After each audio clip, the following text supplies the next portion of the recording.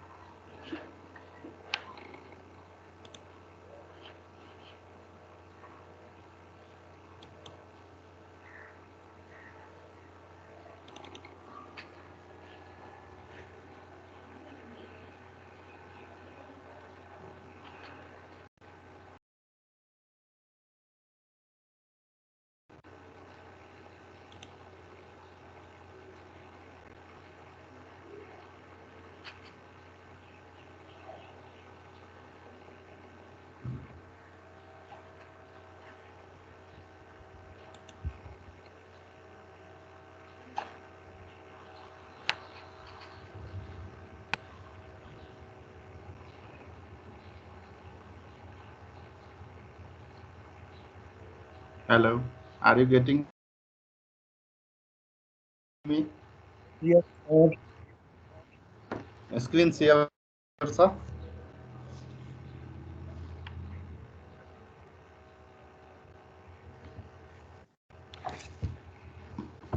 मेरोमा त देखिया छैन है सर।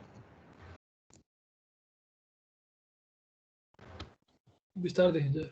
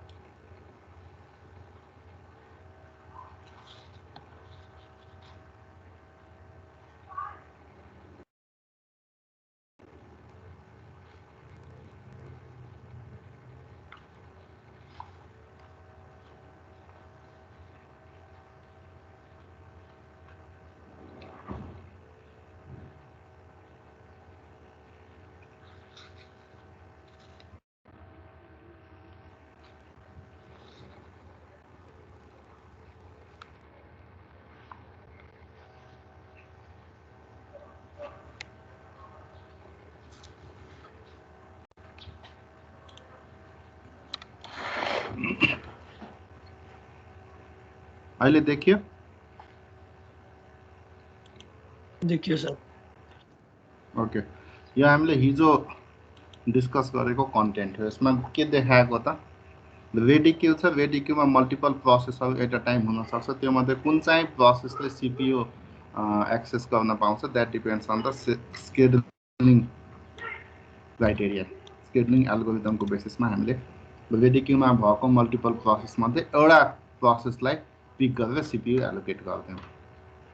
CPU जुन प्रोसेसले पायो त्यो प्रोसेस एक्जिक्युसनमा जान्छ, रनिङ स्टेटमा जान्छ। रन हुँदा हुँदै त्यो प्रोसेस के हुन सक्छ, suppose the process wants to get some IO devices, so त्यसले IO रिक्वेस्ट गर्छ भनेपछि त्यो त्यो प्रोसेससँग भएको सिपियु त्यसले छोडेर फेरि रेडी क्यूमा भएको बाँकी प्रोसेसहरूमध्ये कुनै एउटा प्रोसेसलाई पिक गरेर सिपियु एलोकेट गर्न। त्यो प्रोसेस आइओ रिक्वेस्ट भनेपछि आइओ पनि इनपुट आउटपुट डिभाइस एक्सेस गर्नलाई पनि मल्टिपल रिक्वेस्टहरू हुन सक्छ।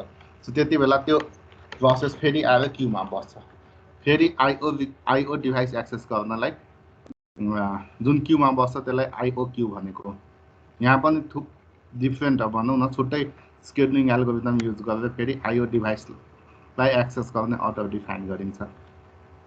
वा त्यो प्रोसेस एक्जिक्युट हुँदा हुँदै टाइम स्लाइस जति टाइम स्लट दिएको एक्सपायर भयो भने फेरि त्यो प्रोसेस रेडी क्यूमा गएर बस्छ। आइओ क्यूमा बसेको थियो, पालो आयो, उसले आइओ डिभाइस एक्सेस गर्यो, एक्सेस गरिसकेपछि फेरि त्यो के त रेडी क्यूमा गएर बस्यो। वा त्यसले फोर्क गर्यो। फोर्क गर्नु भनेको नयाँ प्रोसेस क्रिएट गर्यो। चाइल्ड प्रोसेस क्रिएट भयो, चाइल्ड एक्जिक्युट हुन थाल्यो, त्यसपछि चाइल्ड टर्मिनेट भएपछि फेरि त्यो प्रोसेस आफ्नो नेक्स्ट एक्जिक्युसनको लागि यहीँ आएर बस्छ क्यूमा। वा कुनै इन्टरप्टको लागि वेट गर्दैछ र इन्टरप्ट अकल भयो, इन्टरप्ट अकल भइसकेपछि फेरि त्यो रेडी क्यूमा आएर बस्छ। भनेपछि यहाँ डिफ्रेन्ट लेभल्स अफ क्यू छ। यहाँ देखाउन खोजेको process moves from queue to queue. When does it move, where, कति बेला स्केड्युलिङ डिसिजन चाहिन्छ त। यहाँ दुईवटा केस देखियो, रेडी क्यूको लागि र अर्को आइओ क्यूको लागि।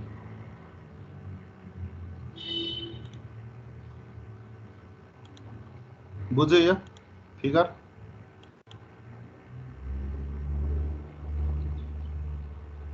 सो यहाँ के भयो त, जब क्यू भयो, set of process in the system, जब क्यू।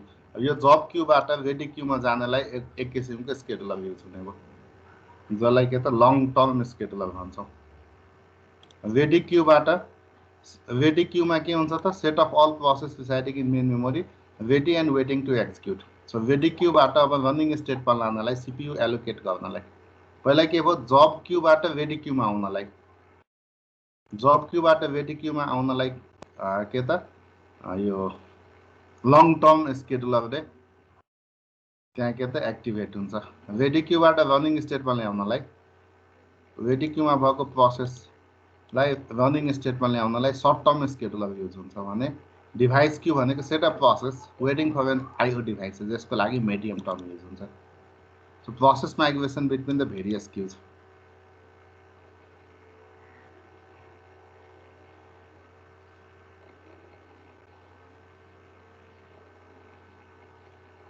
कन्टेक्स्ट स्विच हिजो भनेको थिएँ। सो लङ टर्म स्केड्युलरको काम के हो त, selects which process should be brought in the ready queue. Short term selects which process should execute next and allocates CPU. and medium term it uses to balance load for better throughput and swaps out process temporal यसको लागि medium term। यो topic यो च्याप्टरमा हामीले deal गर्ने भनेको short term स्केड्युलर हो, जसलाई CPU स्केड्युलर पनि भन्छ। कहाँ युज हुने भयो त, यो रेडी क्यूबाट यो रेडी क्यूमा भएको प्रोसेसहरू मध्ये एउटा प्रोसेस पिक गरेर सिपियु एलोकेट गर्नलाई सर्ट टर्म स्केड्युलर युज हुन्छ।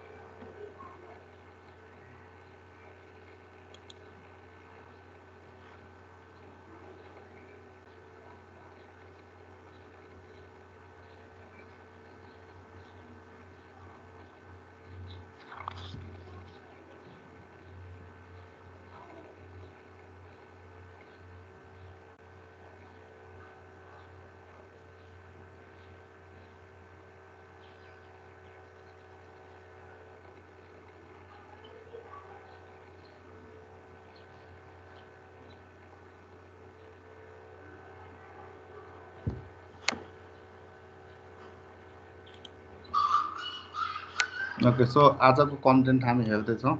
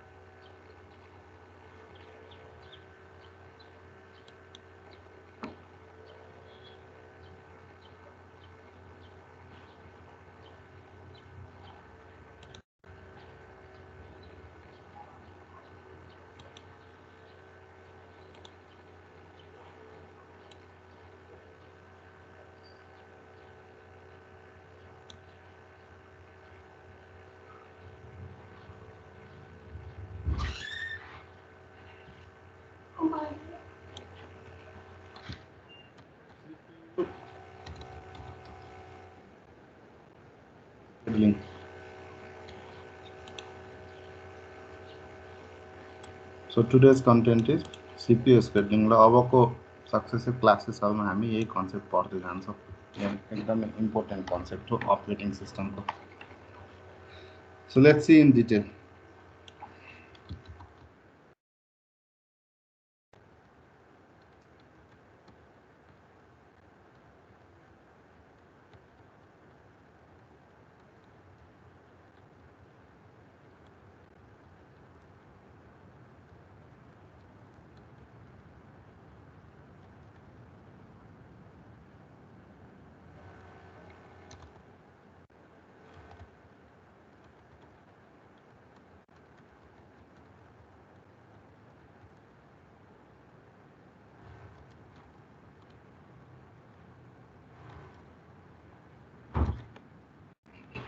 ओके, के हो त स्केड्युलिङ भनेको?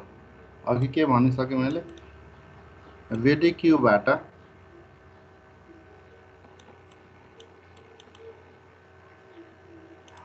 यो क्यू हो भनेपछि यहाँ मल्टिपल प्रोसेसहरु छ। Let's say A B C D E, there are multiple process. CPU मा कम्प्युट हुनलाई कुन चाहिँ प्रोसेसले पहिला सीपीयू मा कम्प्युट हुन पाउँछ? लेट्स से सी ले पाउँछ भनेपछि यहाँबाट पिक गरेर सी लाई सीपीयू दिनु पर्यो। सी पछाडी अब सी एक्जिक्युट हुन्छ। सी पछाडी सी एक्जिक्युट भइसकेपछि वा एक्जिक्युट हुँदा हुँदै फेरि सी लाई दिएको सीपीयू लिएर बी लाई दिनु पर्यो, फेरि ई लाई दिनु पर्यो। सो त्यो डिसिजन लिनलाई के त स्केड्युलिङ एल्गोरिदम कस्तो सर फेरि भन्नु? इम्प्लिमेन्ट हुन्छ। मैंने हिजो प्रोसेस को 5 स्टेट प्रोसेस मोडल पढ़ाए थे, है ना?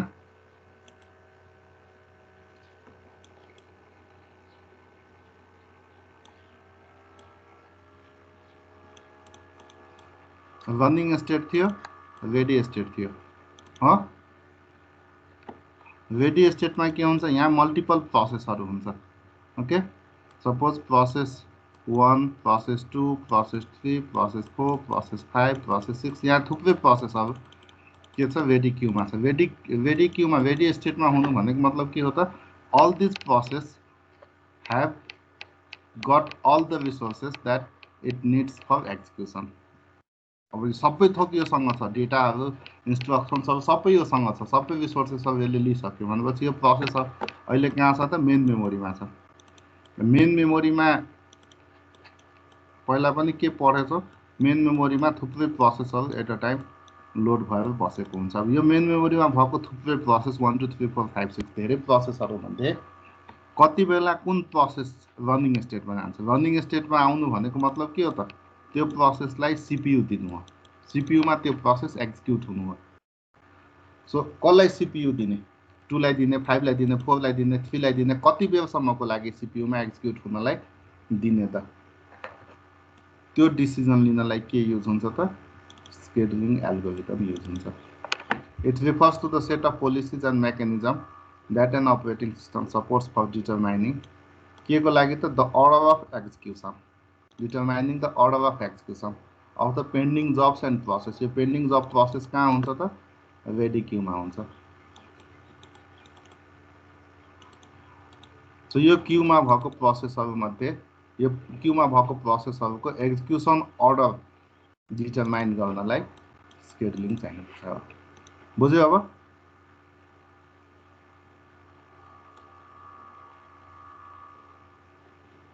सर नोट गर है, म जति लेखिरहेको छु त्यो सबै नोट गर्दै कपीमा। देन अब यो एल्गोरिदम स्केड्युलिङ एल्गोरिदम इम्प्लिमेन्ट कसले गर्छ त? Scheduler is a module of operating system को एउटा मोडुल हो। स्केड्युलर के टाइपको हुन्छ त? लङ टर्म हुन्छ,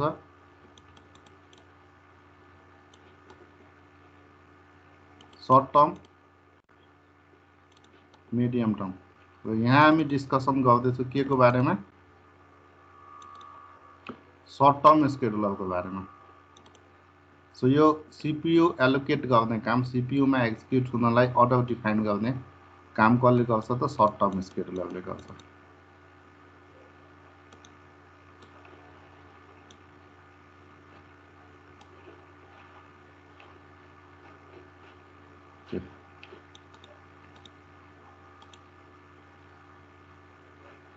स्केड्युलिङको मेन अब्जेक्टिभ के हो त? किन चाहियो अब्जेक्टिभ? किन चाहियो एल्गोरिदम? किन इम्प्लिमेन्ट हुनु पर्यो? द मेन अब्जेक्टिभ इज सकेसम्म धेरैभन्दा धेरै प्रोसेस एकैचोटि एक्जिक्युट हुन सकोस् अनि सीपीयू आइडल नबसोस्। सीपीयू जहिले पनि केही न केही कम्प्युट गर्दै राखोस्, कहिले पनि आइडल नबसोस्। So to increase the CPU utilization and to increase the throughput. के को लागि चाहिन्छ? सीपीयू युटिलाइजेसन बढाउनलाई भनेको मतलब सीपीयू लाई अल द टाइम बिजी राख्नलाई, थ्रुपुट बढाउनलाई भनेको मतलब धेरैभन्दा धेरै प्रोसेस छिटोभन्दा छिटो एक्जिक्युट होस्, त्यसको लागि चाहियो।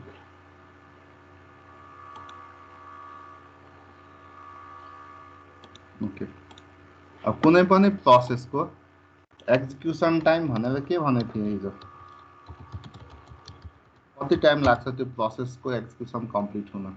यो चीज डिपेन्ड गर्छ त्यो प्रोसेस सीपीयू मा कति बेरसम्म, कति टाइमसम्मलाई के त कम्प्युट हुन्छ, एक्जिक्युट हुन्छ, जसलाई हामी के भन्छौँ? सीपीयू फर्स्ट टाइम प्लस अब त्यो प्रोसेसलाई एक्जिक्युट हुन आईओ डिभाइसेसहरुसँग पनि कम्युनिकेट गर्नु पर्छ। कति टाइम त्यसले कन्ज्युम गर्छ आईओ डिभाइससँग कम्युनिकेट गर्नलाई, जसलाई आईओ बर्स्ट टाइम भनेर भन्छौँ। र यो सीपीयू स्केड्युलिङमा हामी मेनली सीपीयू मा मात्रै फोकस गर्छौँ। सीपीयू लाई कसरी एलोकेट गर्ने, सीपीयू मा एक्जिक्युट प्रोसेसरको एक्जिक्युसन अर्डर कसरी डिफाइन गर्ने, जुन प्रोसेसले सीपीयू, जुन प्रोसेसको सीपीयू बर्स्ट टाइम धेरै हुन्छ त्यसलाई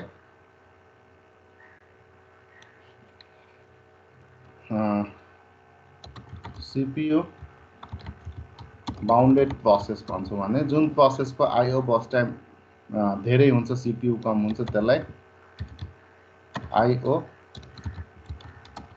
बाउन्डेड प्रोसेस भन्छौँ। के हो त सीपीयू बाउन्डेड प्रोसेस भनेको? जसको सीपीयू बर्स्ट टाइम धेरै छ, आईओ बर्स्ट टाइम एकदमै थोरै छ।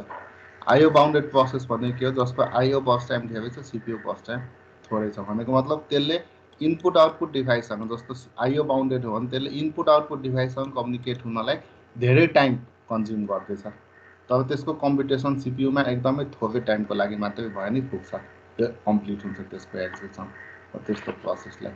र यो कन्सेप्टमा, अहिलेको कन्सेप्टमा हामी यो आईओ बर्स्ट टाइमलाई नेग्लेक्ट गर्छौँ, यो हामी कन्सिडर गर्दैनौँ। भनेको एक्जिक्युसन टाइम भनेको सीपीयू बर्स्ट टाइम हो भनेर लिन्छौँ हामी अहिले।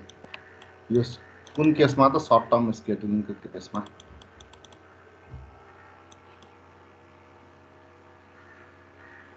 सर्ट टर्म स्केड्युलिङको केसमा IO burst time we do not consider, we only consider the CPU burst time. That means execution time simply refers to the CPU burst time.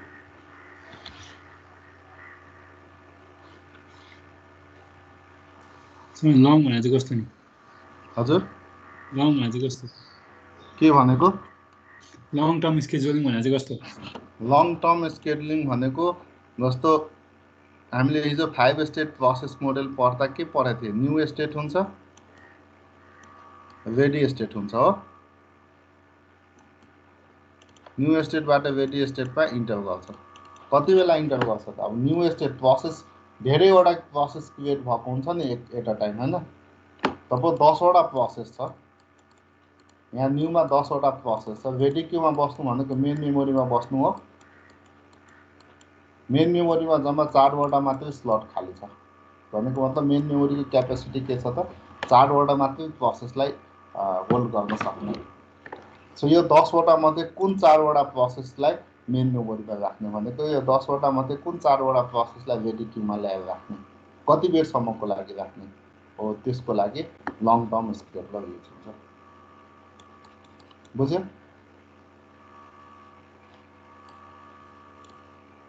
रेडीबाट रनिङमा लानलाई short term scheduler use हुन्छ र more frequently run हुने भनेको short term स्केड्युलर हो।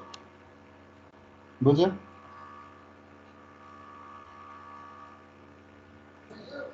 अनि sir long term र short term हाल्थ्यो एउटा त भयो नि कसरी एउटै भयो 5 स्टेप प्रोसेस मोडेलमा के परेछ एउटा केस के भयो त प्रोसेसलाई मेन मेमोरीमा ल्याउने अर्को केस के भयो त मेन मेमोरीबाट सीपीयू एलोकेट गर्ने दुईटा केस भएन अनि त्यो त भयो कि अब रेडीबाट रनिङमा एउटा जाने बित्तिकै न्यूबाट रेडीमा अर्को आइहाल्छ कि कस्तो आउँछ तब यहाँ जतिवटा रेडी क्यूमा जतिवटा प्रोसेस बस्न सक्छ यो क्यूमा जतिवटा प्रोसेस बस्न सक्छ त्यतिवटै प्रोसेस यहाँ छ भन्ने छ त ग्यारेन्टी छ त छैन त्यो त त्यतिवटै नयाँ प्रोसेस बन्दैछ क्रिएट हुँदैछ भन्ने थाहा छ त छैन अनि ठिक छ यहाँ एउटा खाली भयो भने यहाँबाट एउटा आयो कुन एउटा ल्याउने त यो 10 वटा मध्ये बुझ्यो बुझ्यो कुन चाहिँ एउटालाई जस्तो 10 वटा मध्ये कुन चाहिँ एउटालाई रेडी क्यूमा ल्याएर राख्ने हो त्यसको लागि के त यो लङ टर्म स्केड्युलर युज हुन्छ सर्ट टर्म भनेको रेडी क्यूमा भएको अब 10 वटा प्रोसेस मध्ये कुन चाहिँ एउटा प्रोसेसलाई सीपीयू दिने त त्यसको लागि सर्ट टर्म युज हुन्छ बुझ्यो सर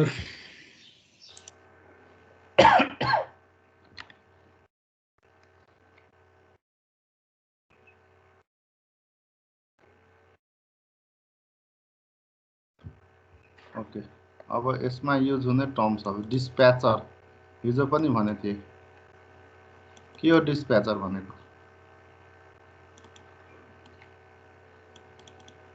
जुन अघिदेखि हामी भन्दैछौँ रेडीबाट रनिङमा चेन्ज गर्छ प्रोसेसको स्टेट के को आधारमा चेन्ज हुन्छ स्केड्युलिङको आधारमा चेन्ज हुन्छ स्केड्युलरले यहाँबाट एउटालाई पिक गर्ने भने हैन त्यो पिक भएकोलाई यहाँबाट यहाँ लाने काम गर्छ केले त डिस्प्याचरले यसलाई हामीले हिजो पढ्दाखेरि डिस्प्याच हुन्छ भनेको थियौँ सो यो डिस्प्याच कसले गर्छ डिस्प्याचरले गर्छ सो के हो त डिस्प्याचर भनेको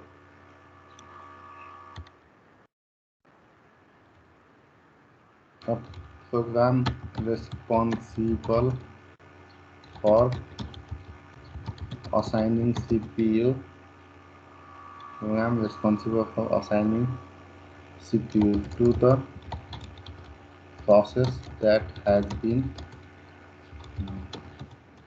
selected by short term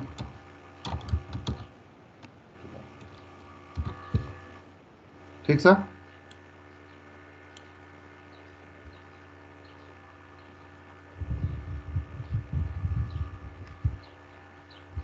बुझ्यो यो के हो डिस्प्याचर भनेको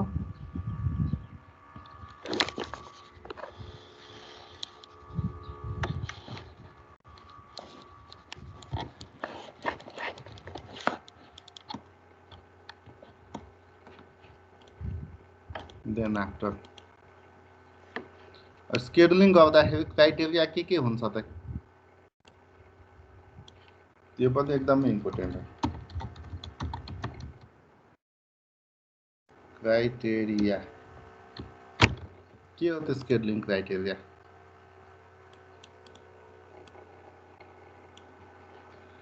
यहाँ पोइन्टले लेख्दैछु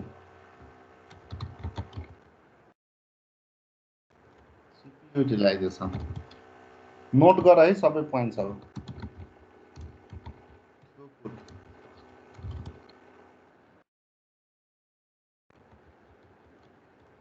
turnaround time waiting time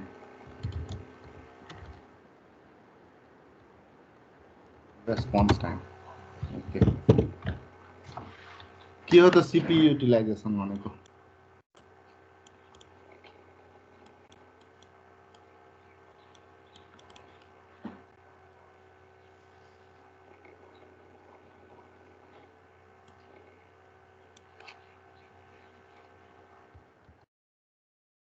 average fraction of time during which CPU is busy केमा बिजी हुन्छ CPU एदर युजरको प्रोग्रामलाई एक्जिक्युट गर्नमा बिजी हुन्छ वा सिस्टमको मोडुल्सहरूलाई एक्जिक्युट गर्नमा बिजी हुन्छ सो स्केड्युलिङ किन गर्ने त CPU युटिलाइजेसन इन्क्रिज गर्नलाई, यो बढाउनलाई के गर्ने त स्केड्युलिङ गर्ने।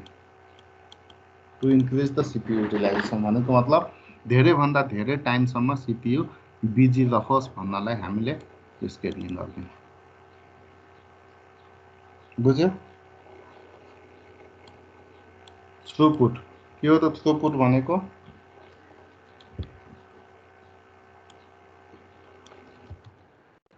Average amount of work completed per unit time, that is throughput। भनेको मतलब युनिट टाइममा धेरैभन्दा धेरै काम CPU ले गरोस्, धेरैभन्दा धेरै काम सकियोस्। र यो स्केड्युलिङको क्राइटेरिया कस्तो हुनुपर्छ स्केड्युलिङ एल्गोरिथम्सहरू जसले थ्रुपुट बढाउने थ्रुपुट बढ्ने गरी we have to choose the criteria for scheduling. ठिक छ?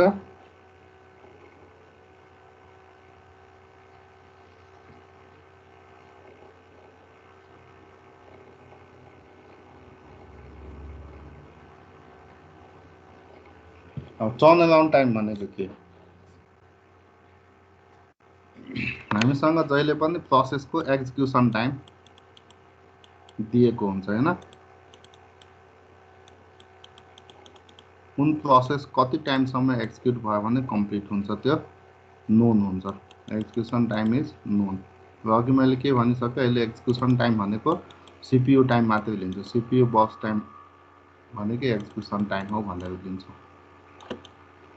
ओके, प्रोसेस क्रिएट भएपछि रेडी क्यूमा कुनै एउटा फिक्स टाइममा आएको हुन्छ। लेट्स से टाइम 2 मा the process enters the ready Q. कुन टाइम आयो त 2 मा आयो। रेडी क्यूमा कति बेला आयो? 2 मा आयो। तर प्रोसेस टाइम 4 मा मात्रै एक्जिक्युट हुन थाल्यो। CPU मा एक्जिक्युट हुन थालेको टाइम 4 मा हो। कहिलेसम्म एक्जिक्युट भयो त? लेट्स से 7 सम्म एक्जिक्युट भयो। भनेपछि प्रोसेस आएको थियो टाइम 2 मा, ओके, तर उसले CPU मा एक्जिक्युट हुने पालो पायो 4 मा, र उसको एक्जिक्युसन कति भयो त? यो 3 युनिट एक्जिक्युट भयो CPU मा। यो के हो त? हामीले CPU मा एक्जिक्युट भएको देखायो यसरी। ओके, भनेको मतलब यो प्रोसेस CPU पाउनलाई कति बेरसम्म वेट गर्यो? कति बेरसम्म वेट गर्यो? कति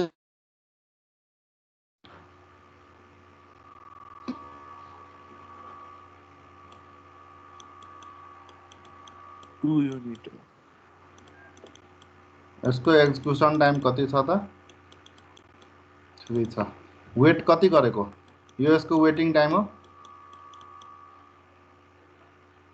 ठीक छ, 2 युनिट वेट गर्दै। अब टर्न अराउन्ड टाइम भनेको के हो त? कति बेला फिनिश भएको यो प्रोसेस? 7 मा फिनिश भएको।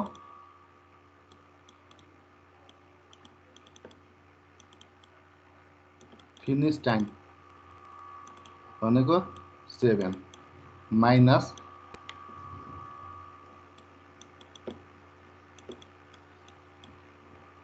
Arrival time. प्रोसेस आएको कति बेला थियो? टाइम 2 मा आएको थियो। So -2 equals to 5। यसलाई के भन्छौँ त? टर्न अराउन्ड टाइम भन्छौँ। नोट गरौँ, टर्न अराउन्ड टाइम भनेको के हो त? Finish time minus arrival time. यही टर्न अराउन्ड टाइमबाट हामी वेटिङ टाइम पनि निकाल्न सक्छौँ। वेटिङ टाइम भनेको turn around time minus execution time. Execution टाइमले अझ बेटर टर्म युज गरौँ, प्रोसेसिङ टाइम।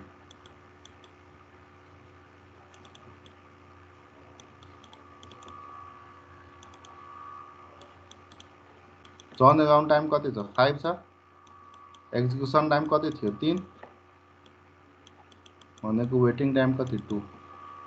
यो 2 अघि जुन हामीले यो पिक्चर डायग्राम हेर्दा भनेको थियो त्यो 2 यसरी आएको।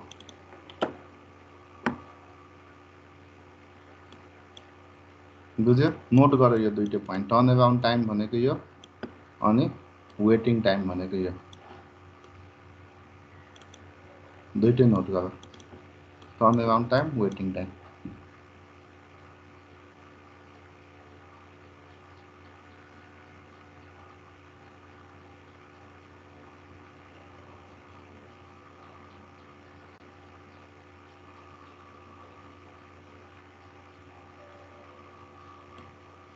सो त्यो प्रोसेस के हुन सक्छ, रेडी स्टेटबाट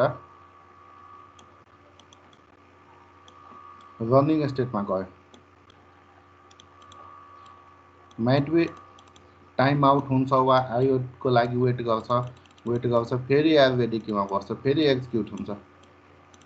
ओके, फेरि टाइम स्लाइस भयो, सपोज फेरि रेडी क्यूमा आएर बस्यो भनेपछि रेडी क्यूमा कति बेला आएर बसेको हो र प्रोसेस कम्प्लिट हुन कति टाइम लागेको, त्यही इन्टरभल अफ टाइम भनेको के हो त, टर्न अराउन्ड टाइम।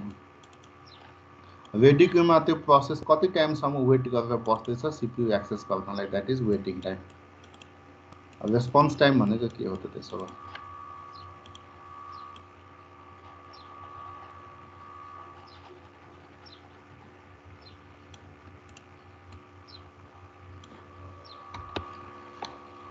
यसलाई कसरी डिफाइन गर्ने?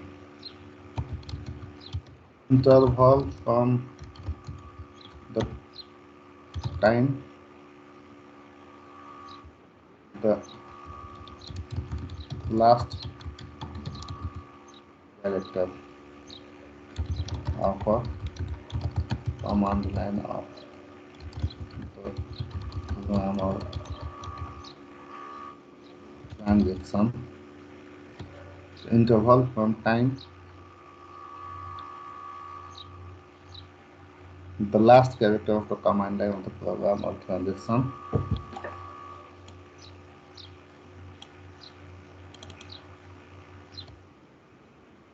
is inter to the time the last result is on the terminal. यसरी भन्न सक्छ भनेको मतलब कमान्ड दिएको, कमान्ड दिँदाखेरि सपोज यो कमान्ड दिँदैछु म, यो कमान्ड दिए भने लास्ट क्यारेक्टर हिट गरेको टाइमदेखि यहाँनिर आउटपुट जेनेरेट हुँदैछ, यो आउटपुटको लास्ट क्यारेक्टर जेनेरेट हुने टाइम, यो इन्टरभल भनेको रेस्पोन्स टाइम। भनेको मतलब सिस्टमले त्यो कमान्ड एक्जिक्युट गर्नलाई कति टाइम टोटल युज गर्यो, that is the response time.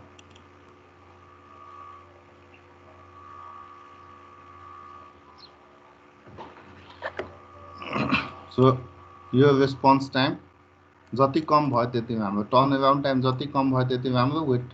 सिपियुको criteria कस्तो हुनुपर्छ, यो पनि कम गर्ने, यो पनि कम गर्ने, यो पनि कम गर्ने। जति कम भयो भनेको मतलब त्यति फास्ट त्यसले रेस्पोन्स गर्दैछ। वेटिङ टाइम कम हुनु पऱ्यो, किन जति थोरै टाइमसम्म वेट गर्नु पऱ्यो त्यति नै फास्ट एक्जिक्युट हुन्छ। टर्न अराउन्ड टाइम पनि त्यही। सो सिपियुको स्केड्युलिङ क्राइटेरियामा यो 5वटा हामी डिल गर्छ, यो 5वटै चिजहरू, सिपियु युटिलाइजेसन बढाउनु, थ्रुपुट बढाउनु, turn around time, waiting time, response time घटाउनु।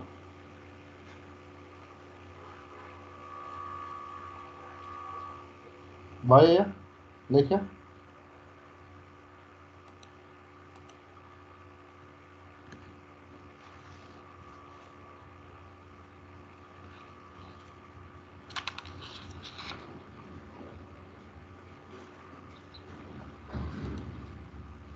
Next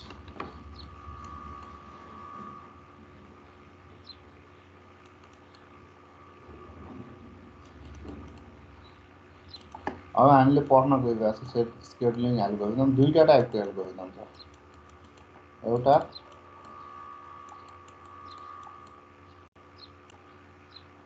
non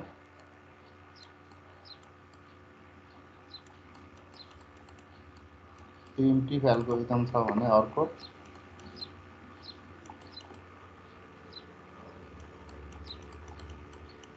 प्रिम्टिभ algorithm.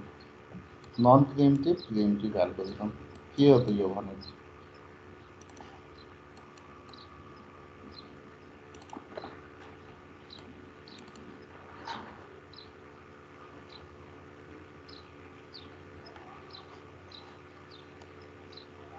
If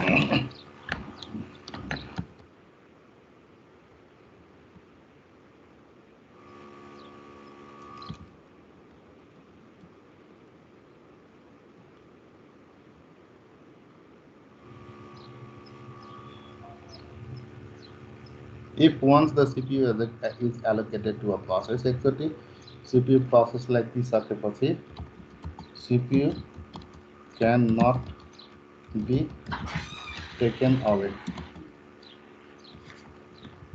CPU cannot be taken away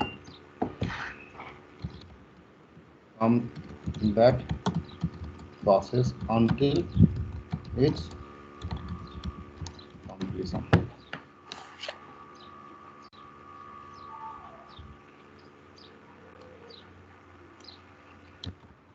CPU can be taken away before completion of the process. भनेको मतलब प्रोसेसलाई एकचोटि CPU एलोकेट गरिसकेपछि अब त्यो प्रोसेसले एकचोटि CPU पाइसकेपछि त्यो प्रोसेस आफू कम्प्लिटली एक्जिक्युट नहुन्जेलसम्म कसैलाई पनि CPU दिँदैन। प्रिमिटिभ हो भने एकचोटि CPU पाइसकेपछि एक्जिक्युट हुँदैछ, बिचमा कुनै अर्को प्रोसेस आयो जसको प्रायोरिटी हाई छ, त्यो भन्दा एकदमै हाईएस्ट प्रायोरिटी, एकदमै हाई प्रायोरिटी भएको कुनै टास्क आयो भने, कुनै प्रोसेस आयो भने आफूसँग भएको CPU आफ्नो एक्जिक्युसन कम्प्लिट नहुँदै पनि उसले के गर्न सक्छ त अर्को प्रोसेसलाई दिन सक्छ। That is primitive. बुझ्यो दुईटा कन्सेप्ट?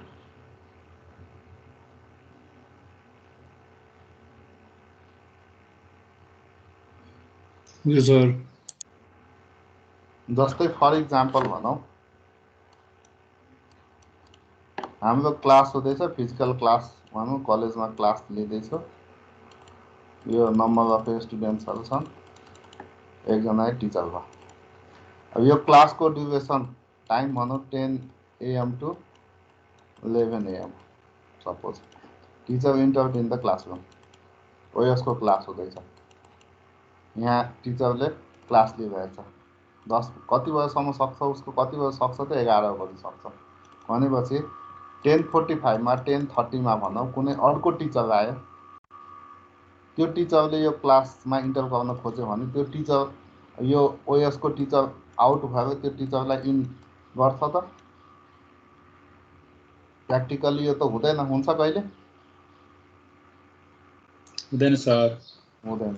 भनेपछि यो केसमा के भयो त, यो 10 देखि 11 सम्म एक्जिक्युट हुनुपर्ने थियो त्यो प्रोसेस, 11 बजे मात्रै यो क्लासरुम छोडेर बाहिर जान्छ, त्योभन्दा अगाडि जाँदैन। अनि त्यो बिचमा त्यो ड्युरेसनमा अर्को कोही आए पनि क्लासरुम खाली गर्दैन स्टुडेन्ट र टिचरले, ओएसको स्टुडेन्ट र ओएसको टिचरले। त्यो भनेको कुन कन्सेप्ट हो? नन प्रिमिटिभ कन्सेप्ट हो। आफ्नो एक्जिक्युसन कम्प्लिट भएपछि मात्रै अरूलाई आफूसँग भएको रिसोर्स दिनु, नन प्रिमिटिभको कन्सेप्ट हो। बुझ्यो?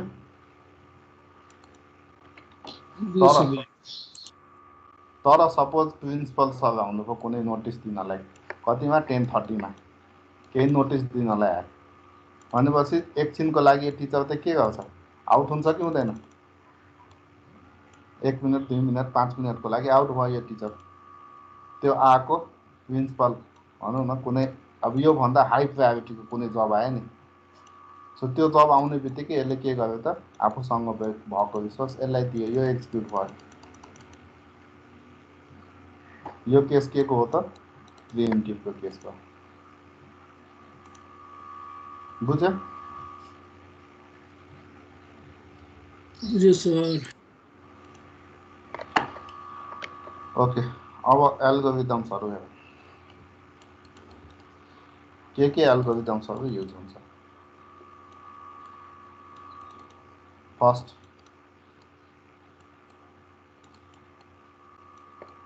ब्याच प्रोसेसिङ सिस्टममा युज हुने एल्गोरिदम्सहरू। ब्याच प्रोसेसिङमा युज हुने एल्गोरिदम्सहरू अहिले हामी हेर्दैछौँ ब्याच सिस्टममा युज हुने एल्गोरिदम्सहरू। First algorithm is FCFS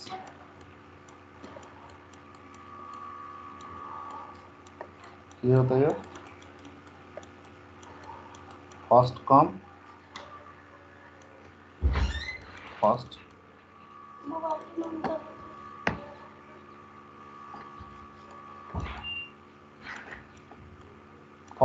first serve algorithm.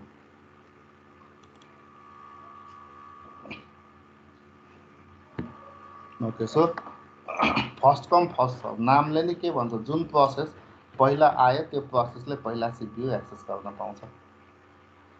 So यो FCFS एल्गोरिथम के हो त, कस्तो खालको एल्गोरिथम हो यो? It's a non preemptive algorithm. ठिक छ, first of all this is a non preemptive algorithm भनेको मतलब FCFS एल्गोरिथमको बेसिसमा हामीले एकचोटि सीपीयू कुनै प्रोसेसलाई दिइसकेपछि त्यो प्रोसेस आफ्नो एक्जिक्युसन कम्प्लिट नहुन्जेलसम्म अरू कसैलाई दिँदैन। आफू कम्प्लिटली एक्जिक्युट भइसकेपछि अनि मात्रै कुनै अरू प्रोसेसलाई सीपीयू एक्सेस गर्न दिन्छ। So it's a non preemptive algorithm. अब यो एल्गोरिथममा कुनको प्रायोरिटी, कुन प्रोसेसको प्रायोरिटी हाइएस्ट हुन्छ? अभियसली यो एल्गोरिथम सबै के हो त, डिफ्रेन्ट क्राइटेरियाको बेसिसमा प्रायोरिटी असाइन गर्छ र जसको प्रायोरिटी हाइएस्ट छ त्यो प्रोसेसले पहिला सीपीयू एक्सेस गर्न पाउँछ। सो प्रायोरिटी यसमा केमा डिपेन्ड गर्छ त, अराइभल टाइममा।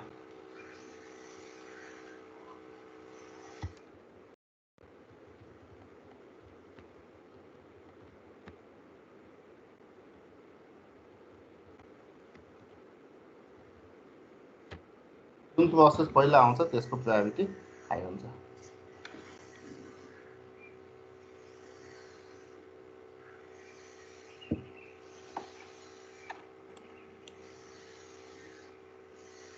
तिमीहरूले नोट गर्दैछौ कि छैनौ? जति म यहाँ लेखिरहेको छु सबै नोट गर्दैछौ कि सुनेर मात्रै बसेको?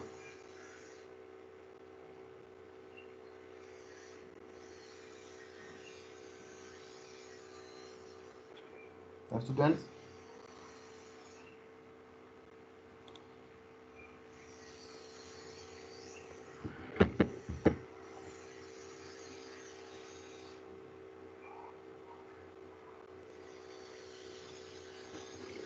बीसजना क्लासमा सबैले नोट गरेर बसेको कि सुनेर मात्रै बसेको? लेखेको छ सर। लेखेको छ होइन? सर सुरुदेखि भनिरहेको छु, जति म यहाँ लेखिरहेको छु बोर्डमा त्यो सबै नोट गर, कपीमा लेख्ने गर, अनि मात्रै त्यो बुझ्छ, नत्र बुझ्दैन।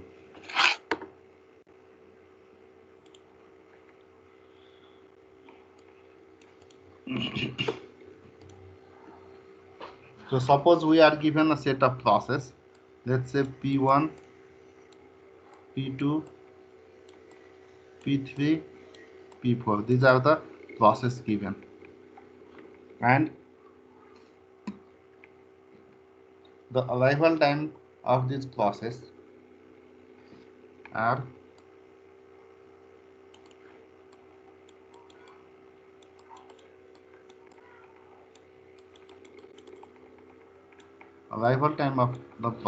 given as, let's say 8, 5, 3, 1,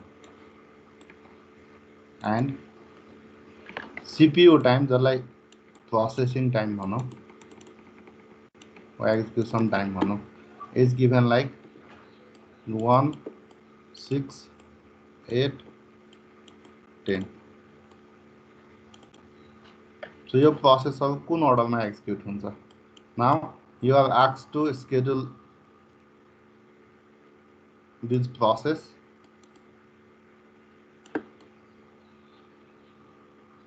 along with you have to compute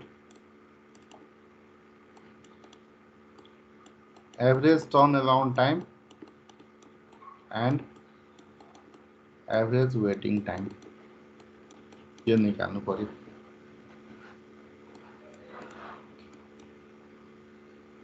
so यसलाई स्केड्युल गरेर देखाउनलाई we use a graph called Gantt chart.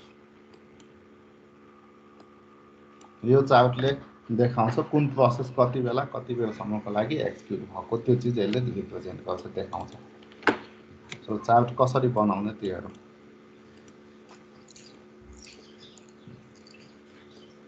Chart from zero always.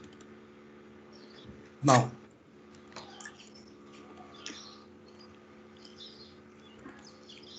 Time जीरोमा हामीसँग कतिवटा प्रोसेस छ? 0 होला। कुनै प्रोसेस छ त? टाइम छैन। जीरोमा हामीसँग एउटा पनि प्रोसेस छैन। टाइम 1 मा पुगेपछि हामीसँग कतिवटा प्रोसेस छ? एउटा प्रोसेस छ भनेपछि यो प्रोसेसको एक्जिक्युसन यहाँ सुरु भयो। टाइम 1 मा सुरु भयो। कहिलेसम्म एक्जिक्युट हुन्छ यो? 10 युनिट टाइमसम्म, किनकि यो नन प्रिम्प्टिभ एल्गोरिदम हो। अघि मैले लेखिसकेँ नन प्रिम्प्टिभ हो। द्याट मिन्स यो कम्प्लिट एक्जिक्युट भएपछि मात्रै सिपियु रिलिज गर्छ। यसलाई कम्प्लिटली एक्जिक्युट हुन कति युनिट टाइम लाग्छ? 10 युनिट्स भनेपछि 1 मा सुरु भयो, 11 मा गएर यो कम्प्लिट भयो। ठिक छ, यो एक्जिक्युट भइसक्यो। अब यो तीनटा प्रोसेस छ। टाइम 11 मा पुगेपछि कतिवटा प्रोसेस वेटिङमा छ? तीनटै प्रोसेस वेटिङमा छ, हो कि होइन? अब यो तीनटा मध्ये हामीले के चेक गर्नु पर्यो? प्रायोरिटी कुनको हाईएस्ट हुन्छ त्यो चेक गर्नु पर्यो। जसको जुन पहिला अराइभ भएको त्यसको प्रायोरिटी हाईएस्ट हुन्छ। पहिला आएको प्रोसेस कुन हो? पृथ्वी हो। सो यहाँ पृथ्वीको प्रायोरिटी हाईएस्ट हुन्छ। कहिलेसम्म एक्जिक्युट हुन्छ पृथ्वी? 8 युनिट भनेको 19 सम्म। त्यसपछि P2 एक्जिक्युट हुन्छ। कहिलेसम्म एक्जिक्युट हुन्छ P2? 25 सम्म। त्यसपछि P1 एक्जिक्युट हुन्छ। कहिलेसम्म? 26 सम्म, किनकि 1 युनिट एक्जिक्युसन हो त्यसको। बुझ्यो यो चार्ट बनाएको?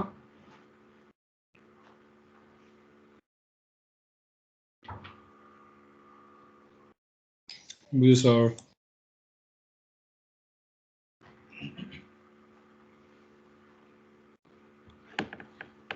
बुझ्यो कि बुझेन यो चार्ट बनाएको? बुझ्यो सर, बुझ्यो। ओके, अब यसमा हामीलाई के निकाल्न भन्ने थियो? Turn around time. So turn around time निकालौँ सबै प्रोसेसको। ए को कति हुन्छ टर्न अराउन्ड टाइम? अघि के भन्छ? प्रोसेस फिनिस हुने time minus process arrival time. ए सरी, ए भन्नु पर्छ। Turn around time निकाल्दैछु। P1 को कति हुन्छ? जहिले पनि टर्न अराउन्ड टाइम के हो त? Finish time minus arrival time. So P1 को फिनिशिङ टाइम कतिमा कम्प्लिट भएको? 26 मा। आएको कतिमा? 8 मा। सो 26 माइनस 8 कति हो यो? 18। P2 को 25 माइनस 5। P3 को 19 माइनस 3 16। P4 को 11 माइनस 1 10। अब एभरेज कति हुने भयो त? 18 प्लस 20 प्लस 16 प्लस 10 बाई कतिवटा प्रोसेस हो? 4 वटा प्रोसेस छ। कति आउँछ आन्सर?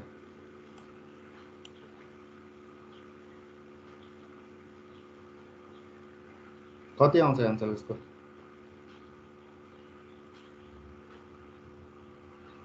16 हो।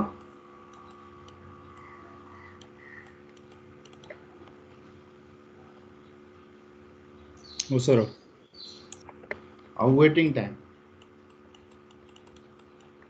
P1 को वेटिङ टाइम कति? के भन्नु थियो? वेटिङ टाइम भनेको turn around time minus CPU time भनेको प्रोसेसिङ टाइम। सो P1 को 18 माइनस कति थियो प्रोसेसिङ टाइम? 1 थियो, 17। P2 को turn around time 20 minus CPU time P2 को 6, P3 को turn around time 16, CPU time 8, P4 को turn around time 10, CPU time 10। Average waiting time कति हुने भयो त 17 plus 14 plus 8 plus 0 divided number of process 4 कति हो यो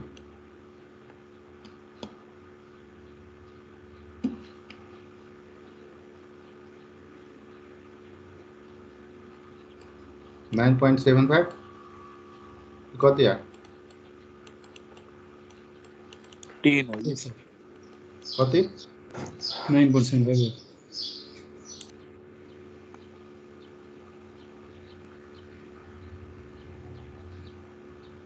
ठीक हो यो ठीक है सर तो यसरी वेटिङ टाइम र एभरेज वेटिङ टाइम र टर्न अराउन्ड टाइम निकाल्छौँ र यसरी चार्ट बनाएर देखाउँछौँ एफसीएफएस एल्गोरिदममा के भने थिएँ यो नन प्रिएम्प्टिभ एल्गोरिदम भएकोले एकचोटि सीपीयू पाइसकेपछि कम्प्लिटली एक्जिक्युट हुन्छ बिचमा यसलाई कसैले पनि इन्टरप्ट गर्न सक्दैन मल्टिपल प्रोसेसमा चाहिँ प्रायोरिटी कसरी चुज गर्ने जुन प्रोसेस पहिला आएको हो त्यसको प्रायोरिटी हाई हुन्छ द्याट्स इट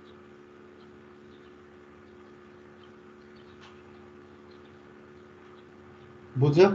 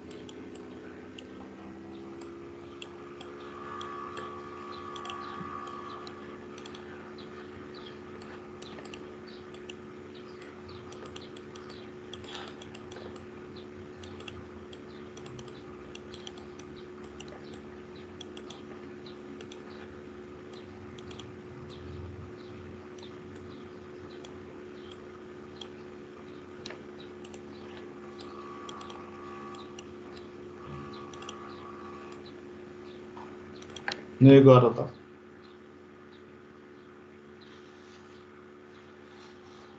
सबैले यो गरौँ त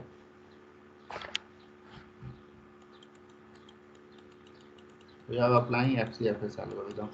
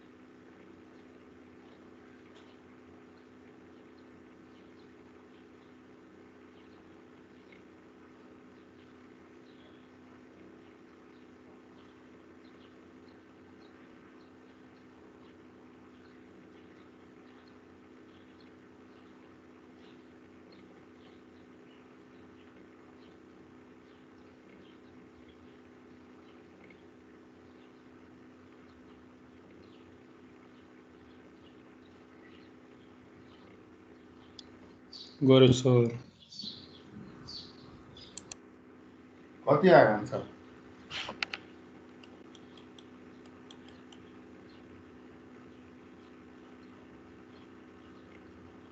एभरेज टर्नअराउन्ड टाइम कति?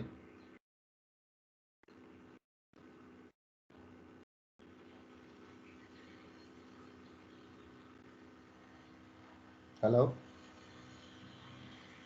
एकैछिन सर एभरेज निकाल्दाखेरि। ओके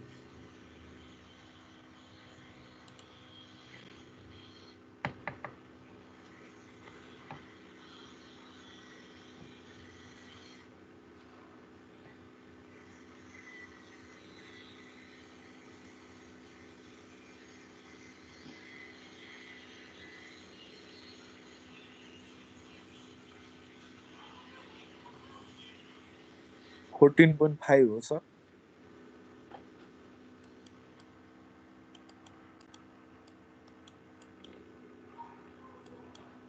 अनि यो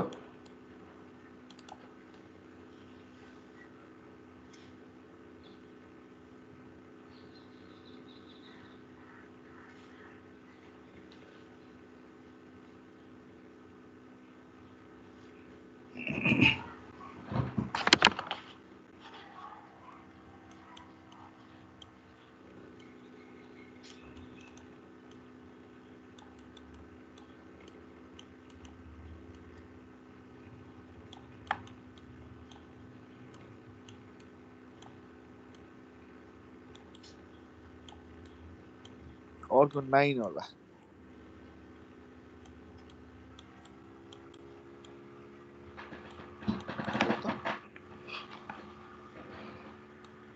यो मिल्यो सबैको? मेरो त्यो चाहिँ 15 आयो। यो फिगर मिल्यो चार्ट? त्यो त मिल्यो। अनि अर्को 9.5 आयो।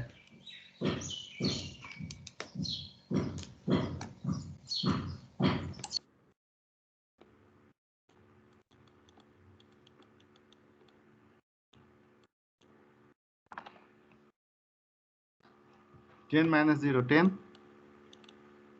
16 - 1 15, 22 - 5 17, 20 - 2 18.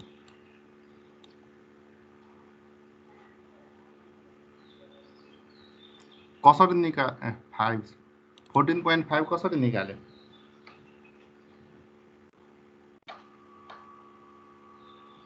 यो त 15 आयो।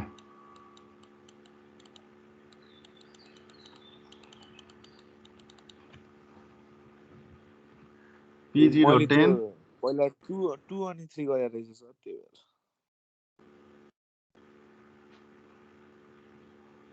त्यो गर्न पाएन नि, त्यो गर्न पाउँदैन किनकि P2 को भन्दा P3 को प्रायोरिटी हाई छ। पहिला P3 एक्जिक्युट हुन्छ अनि मात्रै P2 एक्जिक्युट हुन्छ। बुझ्यो?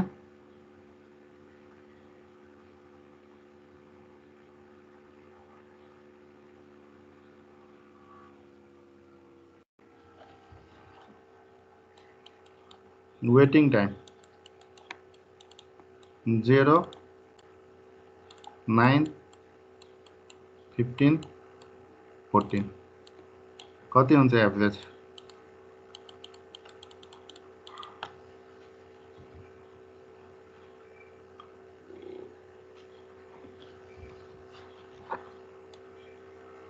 $9.5 मिल्यो?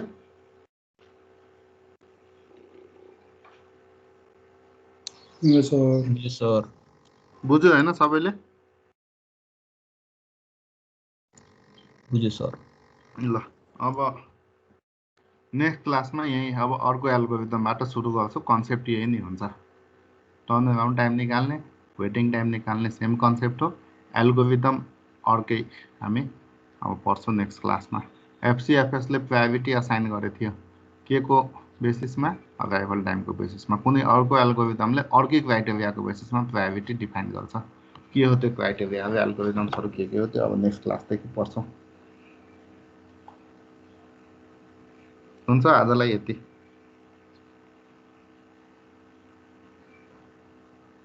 सर